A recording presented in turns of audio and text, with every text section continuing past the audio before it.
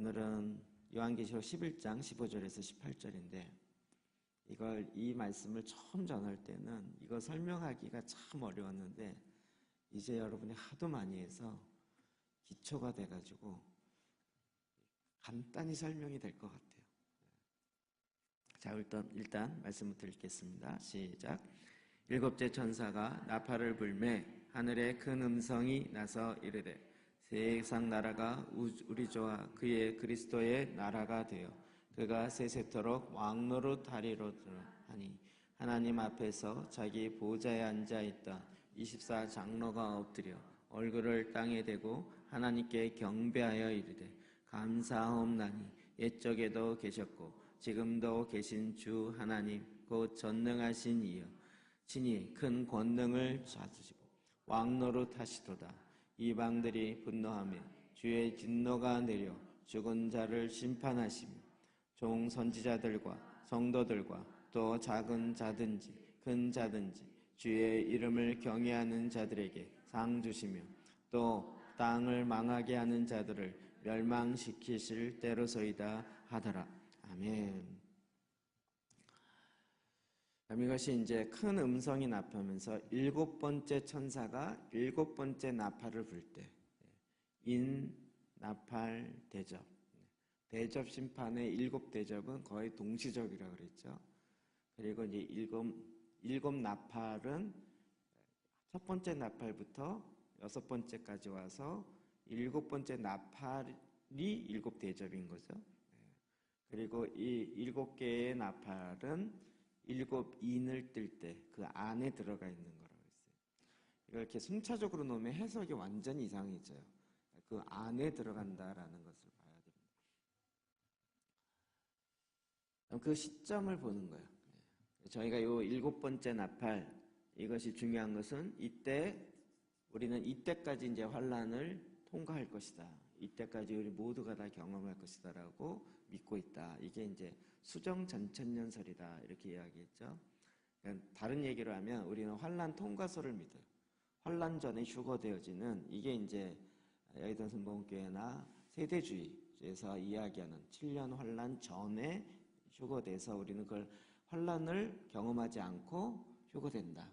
이게 이제 전에 있었던 세대주의적인 입장이고, 이런 것 자체 없다. 이게 이제 무천년설의 입장이고, 저희는 역사적 전천년이라는 건 이런 것 자체를 인정하고 다 믿는데 수정했다는 얘기는 세대주의와는 다르게 휴거의 시점이 그때가 아니라 일곱 번째 나팔, 그러니까 약 7년 대환란이라고 봤을 때 앞에 3년 반은 아니고 뒤에 3년 반 중에 대접 심판을 한 40일 보거든요. 그러면 몇 개월 지난 건가요? 3년 5개월, 4개월, 20일 40일 마지막 한 달 정도 남겨놓고 이렇게 될 거다 이렇게 본다라는 거죠. 자, 15절 중반절에 보면 이렇게 되어 있습니다. 이르시되 세상 나라가 우리 주와 그의 그리스도의 나라가 되어. 세상에 있는 모든 나라가 어떻게 돼요? 우리 주와 그의 그리스도의 나라가 돼요. 놀라운 변화죠. 이 세상에 있는 모든 나라에 이제 예수 그리스도의 통치가 온전히 이루어지는 거죠. 이게 또 우리가 이번 주일날부터 했던 유자연이 연결되는 거죠. 눈에 보이지 않았던 유자연이 쓱 올라와서 세상을 다 주님과 함께 통치하게 되어진 이게 된다는 거예요. 이게 구약에도 예언되어 있는 부분입니다. 다니엘서 7장 27절이요. 시작. 나라와 권세와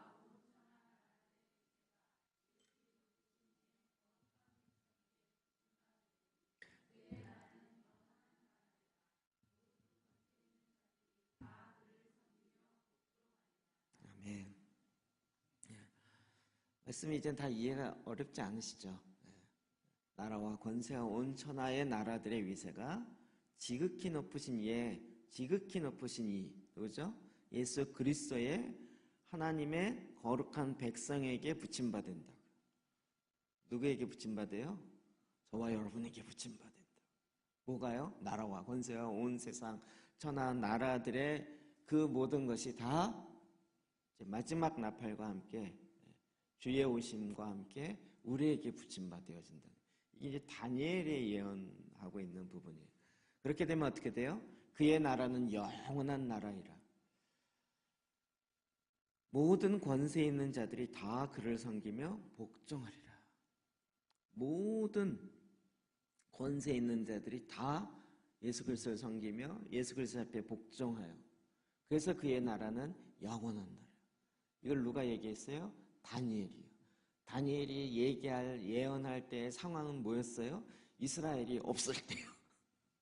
이스라엘이 포로로 잡혀가서 그 포로로 잡혀있는 그 순간에 이 이스라엘 나라는 영원하대요. 이것도 믿기 쉽지 않겠죠. 예. 이스라엘이 막 다윗 때처럼 막 부강하고 막 광성해서 온 세계 가운데 막 최고의 나라 이럴 때 이런 얘기하면 맞아 이럴 텐데 그 나라가 멸망하고 포로로 잡혀가고 이럴 때에 하나님이 다니엘에게 말씀하시는 거예요. 상황과는 정반대로 가는 거예요. 이 얘기 제가 왜 할까요? 마지막 때가 되면 상황과는 정반대로 간단 말이에요. 적그리스도가 나타나서 상황이 오히려 더 기독교인을 박해하고 막 교회는 더 힘들어지고 막 이러는 것 같은데 그의 나라는 영원하며 모든 권세 있는 자들을 예수 그리스도를 섬길 것이다. 뭐 이런 얘기가 되는 거예요. 그러면서 본절에 보면 그가 세세토록 왕노릇하리로다. 영원토록 왕노릇한다. 예수 그리스도가 오셔서 영원토록 왕노릇해요. 이제 디모데후서 2장 12절이요. 시작.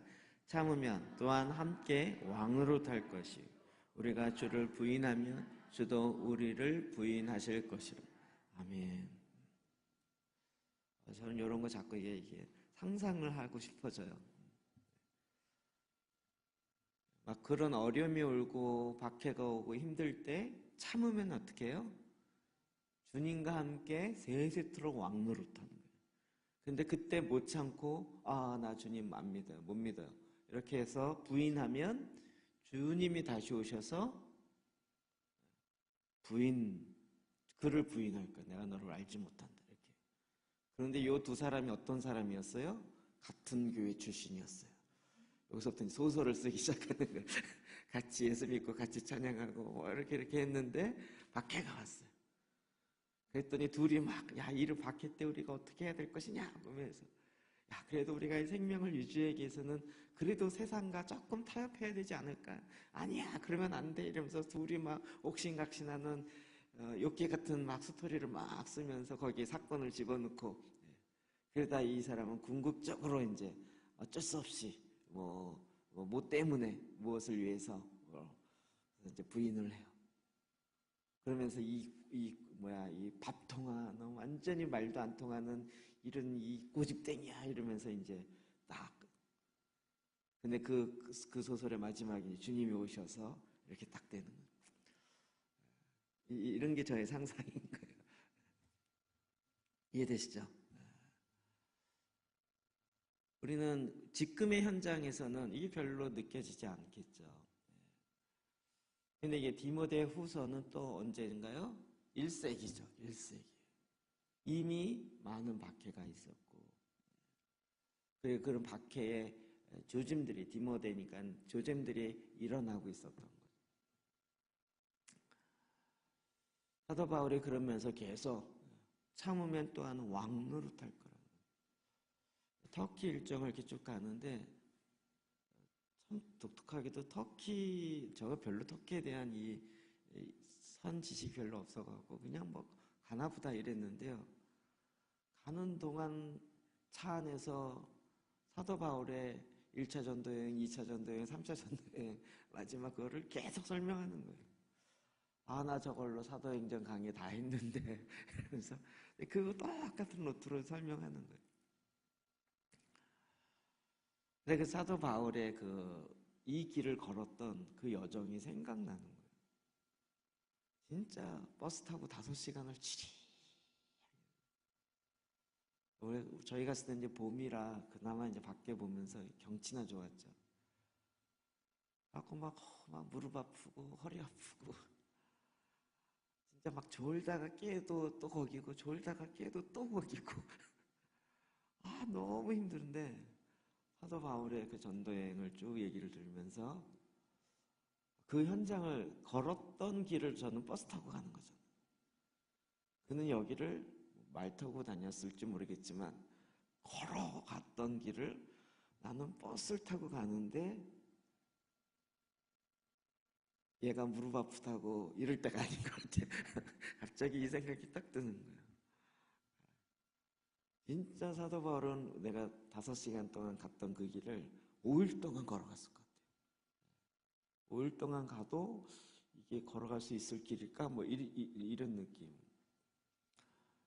그게 그냥 우리는 성경에서 얘기하기를 사도행전에 진짜 이렇게 어디에서 어디로 갔고 이렇게 갔고 이러면서 끝나잖아요. 갔고. 이 갔고가 막 2달 걸어가야 되고 석 달 걸어가야 되고 이게 이제 좀 피부로 이렇게 좀 와 닿더라고요. 그러면서 그곳에 있는 그 지역마다 있는 그리스도인들을 다시 방문하고 그들에게 복음을 전하고 위로하고 했던 그의 사역이 뭐랄까 피부로 와닿는다 그럴까. 야, 이게 그냥 장난이 아니구나. 그러면서 계속 이야기하는 거죠. 디모데가 사역했던 에베소 그것을 다시 또 그가 방문하고 이러면서 참아야 된다. 인내해야 된다. 참으면 또한 함께 왕노릇할 것이다. 1세기에 벌써 이 믿음을 갖고 굳건하게 지키고 살아갔던 거죠. 다시 말씀드리지만 마지막 때 엔타임 종말론을 굳게 믿고 있었던 교회사는 1세기밖에 없어요. 초대교회밖에 없어요. 그 다음에는 점점 일어났지만 대부분 일어났던 것이 좀 이상한 극단적 종말론이라든지 이상한 형태로 일어나고 안 믿고 이런 형태로 계속 있었고 지금도 그렇죠.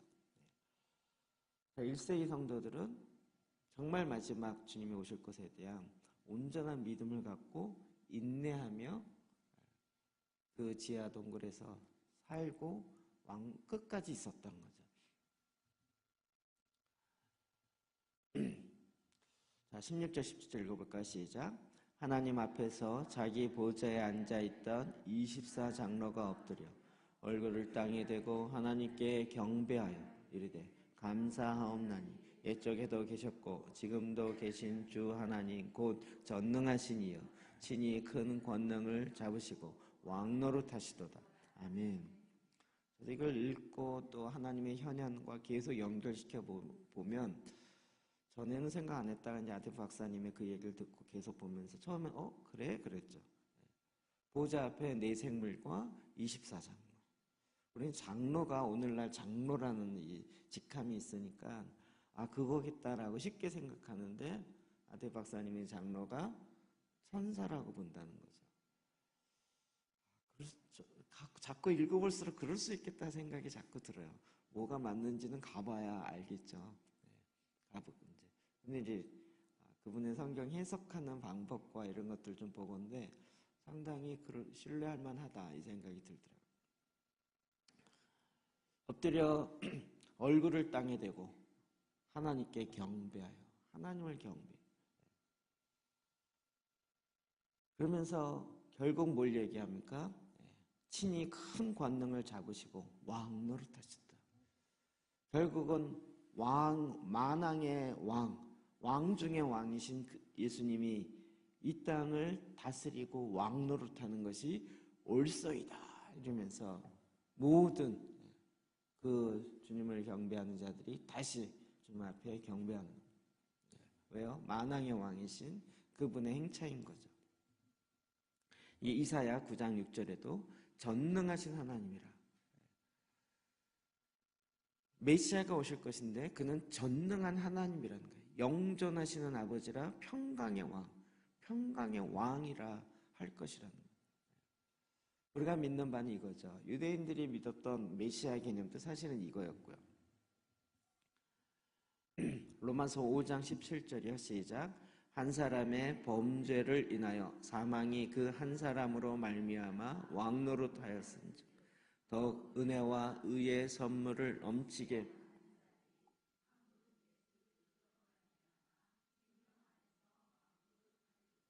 아멘. 그럼 예수님이 오셔서 우리가 이제는 생명 안에서 왕노릇할 것이에요. 근데 지금은 누가 왕노릇해요?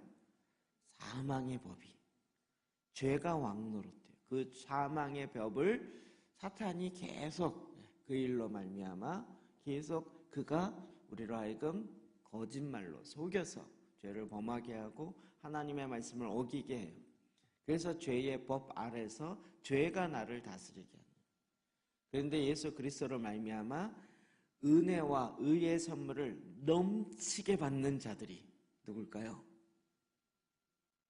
저와 여러분이요. 그럼 받은 게 별로 없는데요? 약간 이런 표정이신데, 이미 넘치게 받고 있으면서도 그걸 받고 있는지를 모르고 있는 거예요. 더 내가 받은 게 뭔지를 계속 깊이 있게 묵상하고 말씀을 통해서 보고, 여러분 구원을 받았다라는 것 자체가 가장 큰 기적이라는 거예요. 주님의 새 생명을 얻었다라는 거예요. 이게 기초 기본이 아니고 어마어마한 거예요. 그런 넘치게 받은 자들이 한 번 예수 그리스도로 말미암아 우리들도 동일하게 생명 안에서 왕노릇한다. 결국 전에는 누가 왕노릇했어요? 사망이 내 안에 왕노릇인데 이제는 예수 그리스도로 말미암아 생명 안에서 왕노릇한다. 이 어마어마한 변화가 내 안에 일어나기 시작했고 하나씩 이제 정복해 가고 있는 거죠.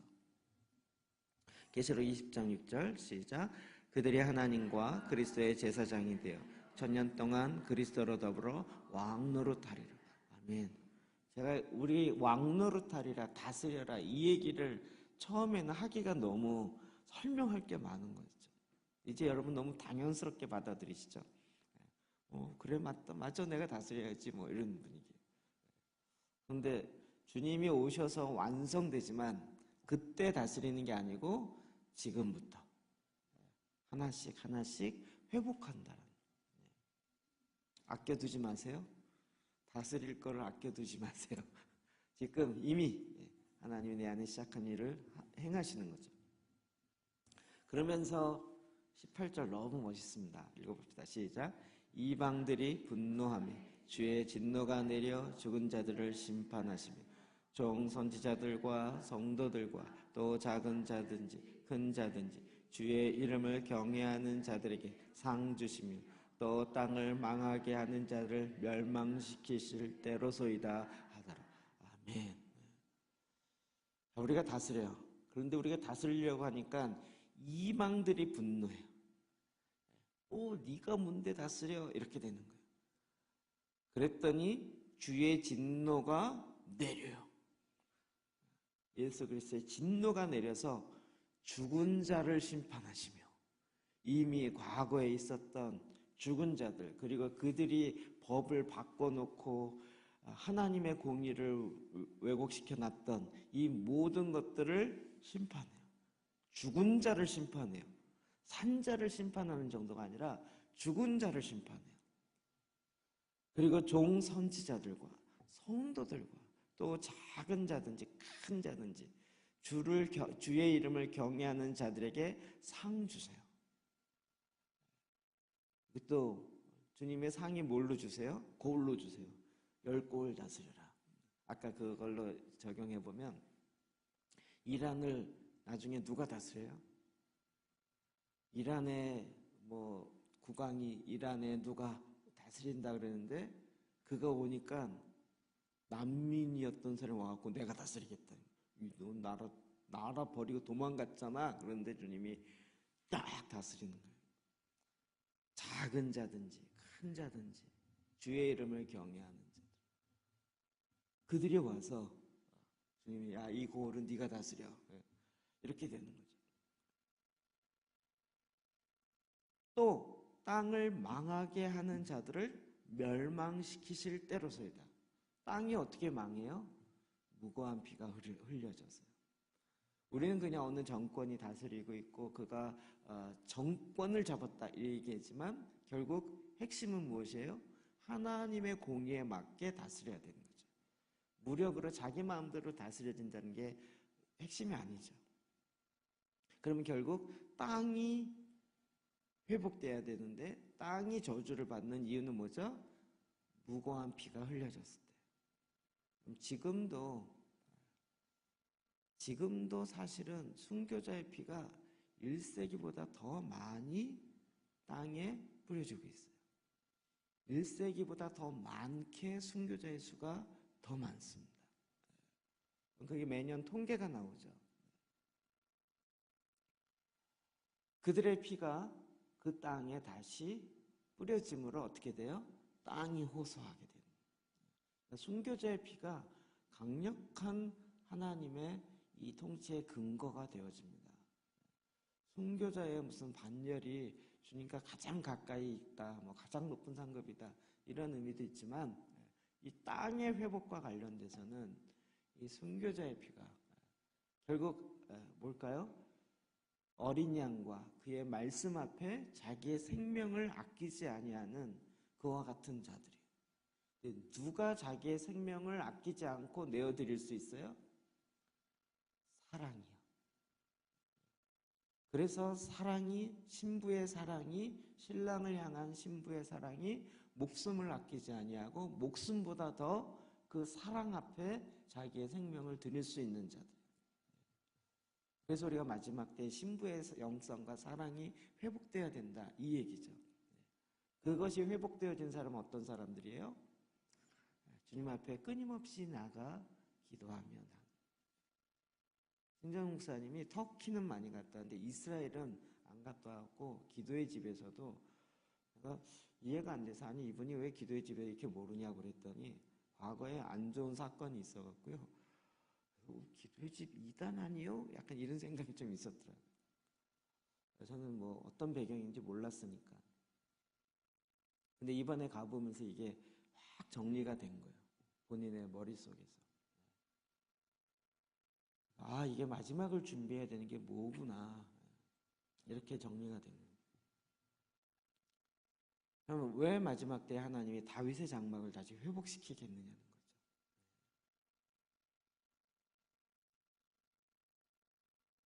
땅을 망하게 하는 자들을 멸망시킬 때로서이다. 난 요 말만 해도 막 통쾌한 거 있죠. 땅을 망하게 하는 저자들 저거. 무고한 피를 흘리게 하며 불의를 행하고 오히려 힘없는 자를 더 억압하는 그런 땅을 망하게 하는 자를 멸망시킬 때로서이다. 만왕의 왕이신 주님이시여. 이렇게 됩니다. 완전 반전 아닙니까? 완전 반전. 이방인들이 분노하며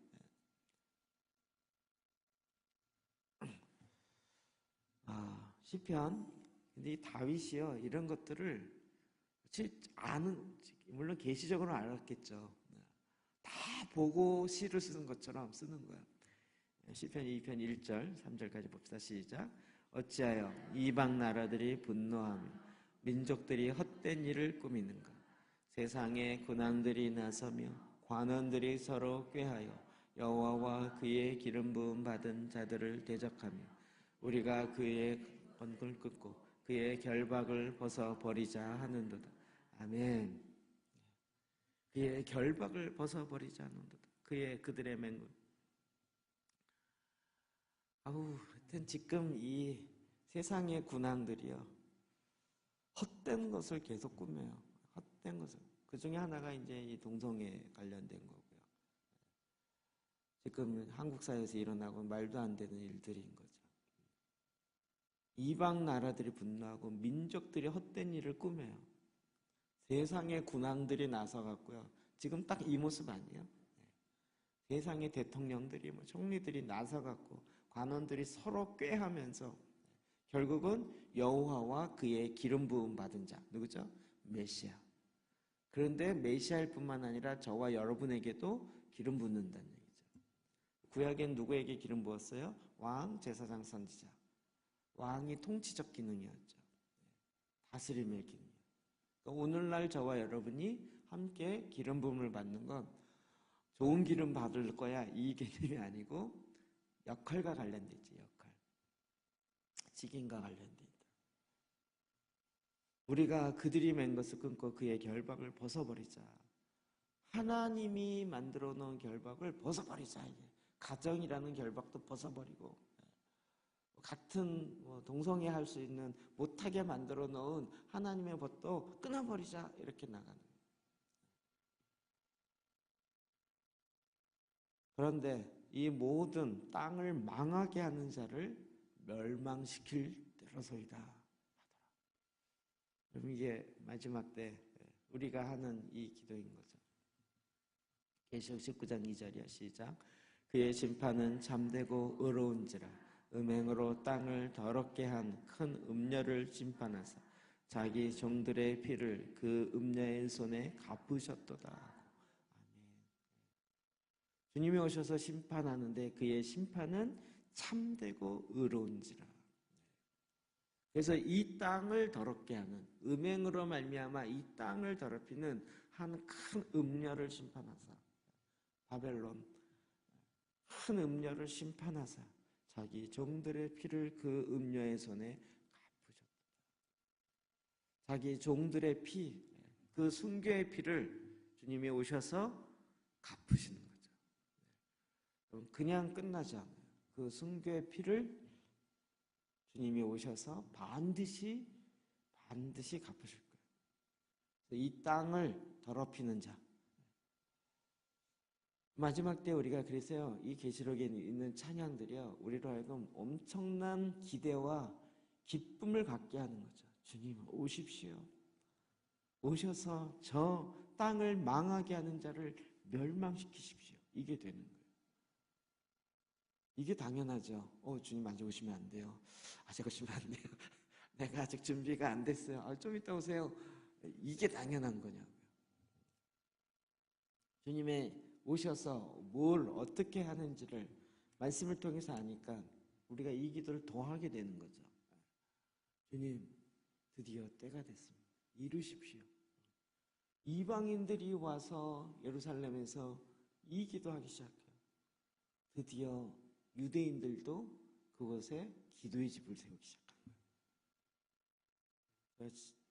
처음에 갔을 때 그 아셜 인트레이트 목사님의 그분이 몰래 하는 기도의 집이 있어요. 그 유대인들이 하는 거라 거기 가려면 미리 허락도 받고 하는데 거기 살짝 갔었거든요. 드디어 유대인들도 이걸 깨달았어요. 예수를 믿는 유대인들도 다양해요. 우리나라 교단이 많은 것처럼 다양한데 그들 중에 소수가 이걸 깨달아요. 그래서 그들도 하나님 앞에 나가서 주님, 내가 유대인으로, 주님, 유대인으로서 회복되어서 이 기도를 하기 시작합니다. 마지막 이때에 되어질 그림들이 우리 눈앞에 보여지고 이제는 여러분이 영상과 이런 걸 통해서 본 것처럼 먼 얘기가 아니라 우리의 눈으로, 귀로 실제로 듣는 그 일이 정말 여러분 가운데 있는 거예요. 이렇게 하나님이 일하실 거라고 누가 계획을 짰겠냐고요. 이란 땅이, 아프간 땅이 신음하고 있고 그 땅이 더럽혀져 있고 그럴 때 땅의 주인을 토해내요. 그래서 난민으로 오게 하고 아프간 난민에게 복음을 전할래야 전할 수도 없는데 하나님도 이란 난민을 통해서 난민이 난민에게 복음을 전하고요. 여기 안 나왔지만 거기에 난민들이 계속 아프간 난민들이 계속 어려우니까 재정적인 도움을 달라 먹을 걸 달라 그러는데 본인들도 우리 같으면 주면 되지 그러잖아요. 근데 본인들도 줄 게 없어요. 아까 350달러가 60에서 70%라고 했죠. 그러면 35만 원. 한 달에 한 60만 원 갖고 사는 거예요. 60만 원. 터키가 잘 살아요. 그래서 물가가 좀 비싼 편이에요. 저렴하지 그렇게 아주 싼 편은 아니에요. 60만 원 갖고 자기네들도 한 달을 살아요. 근데 이제 돌보기가 쉽지 않은 거죠. 그러니까 정말 거기에서 이란에서 아프간에서 생각지도 못했던 동방에 한국에서 또 그걸 위해서 기도한다 그리고 후원한다 그리고 막 이게 그들도 신기하지 않겠냐고요. 옆에 있는 나라도 아니고 뭐 이란과 무슨 혈맹이 돼가지고 아프간가 뭐 이런 것도 아니고. 그런데 이 마지막 때를 알고 이게 하나님 일하심의 찬스입니다. 이러면서 같이 하나님의 일하심을 풀어가는 거죠. 그럼 이런 일들이 이제 저와 여러분의 눈앞에 펼쳐지고 있는 것이에요. 이런 기도가 여러분 여기서 제사장 기도하며 이 말씀하고 말씀으로 기도하는 이런 것이요. 왜 천사들이 이곳에서 기도를 받겠냐고요. 그렇죠? 제가 전에 이제 농담으로 우리가 그런 기도 하잖아요. 대부분 천사들이 교회에서 성도들의 기도를 받으려고 했는데 받을 기도가 없었다고, 할 일이 없어서 그냥 가셨다고, 이런 농담 삼아 많이 했잖아요. 그 기도의 대처는 뭐였어요? 주님 아직 오지 마세요. 오시면 큰일 나요. 아직 준비가 안 됐어요. 좀 이따 오세요. 막 이런 기도인데 그걸 어떻게 받겠냐고.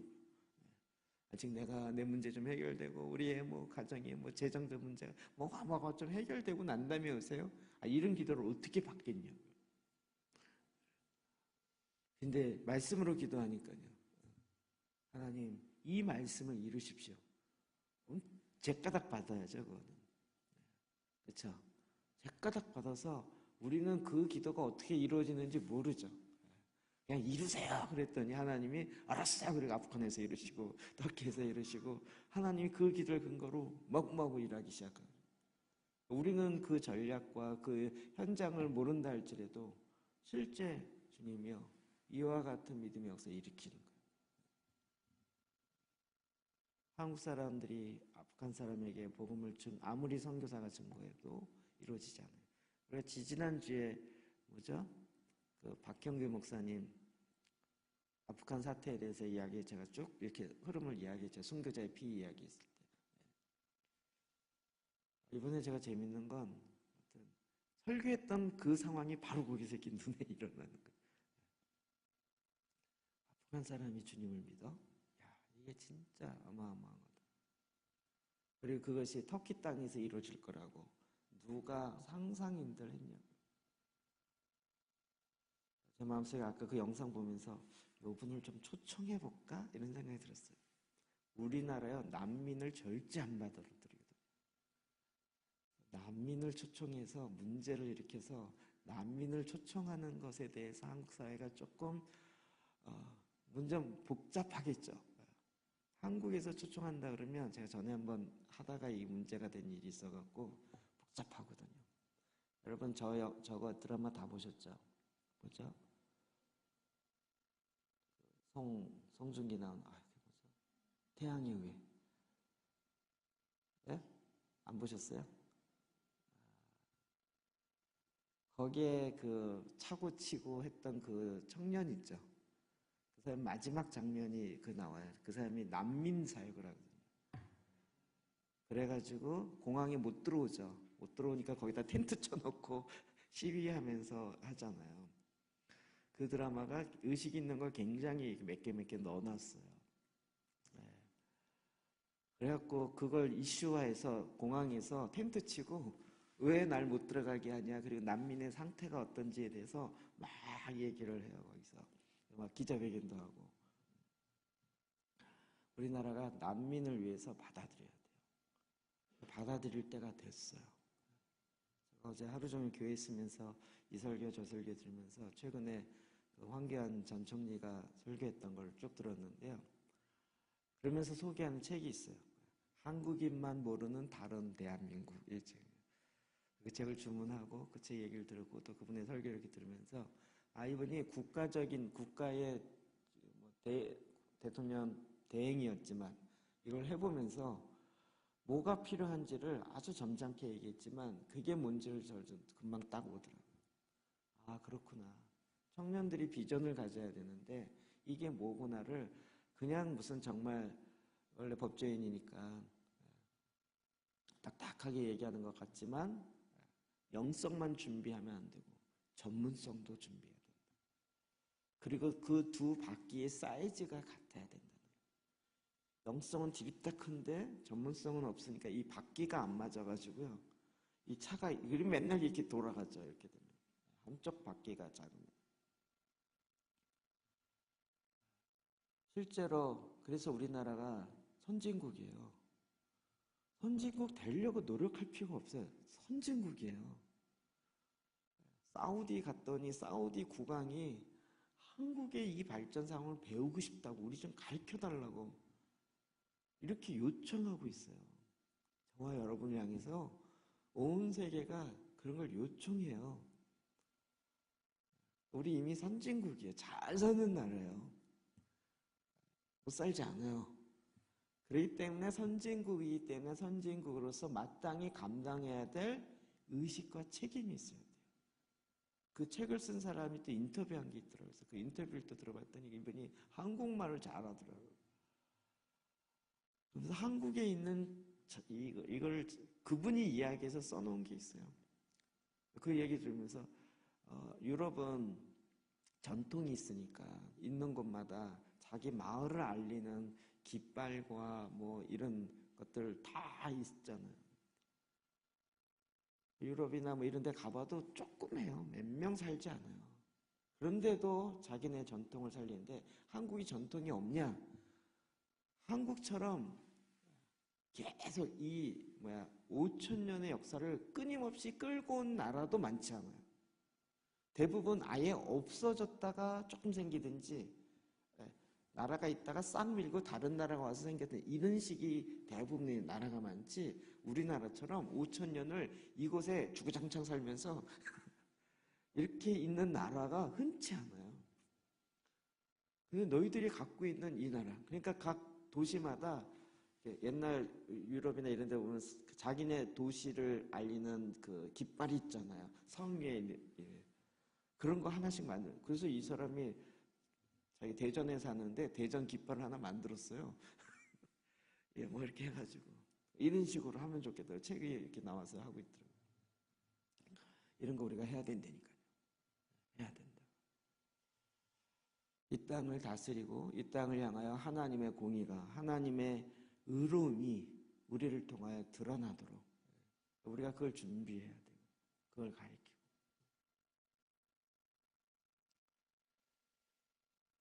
이 다스림이 우리에게 온전하게 회복돼야 돼요.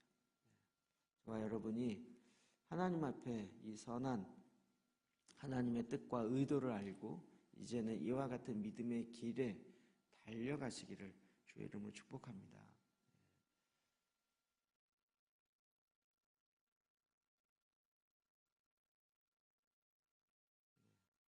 시간이 다 돼서 여기서 마치겠습니다. 같이 좀 기도하실까요? 앞에 본문 말씀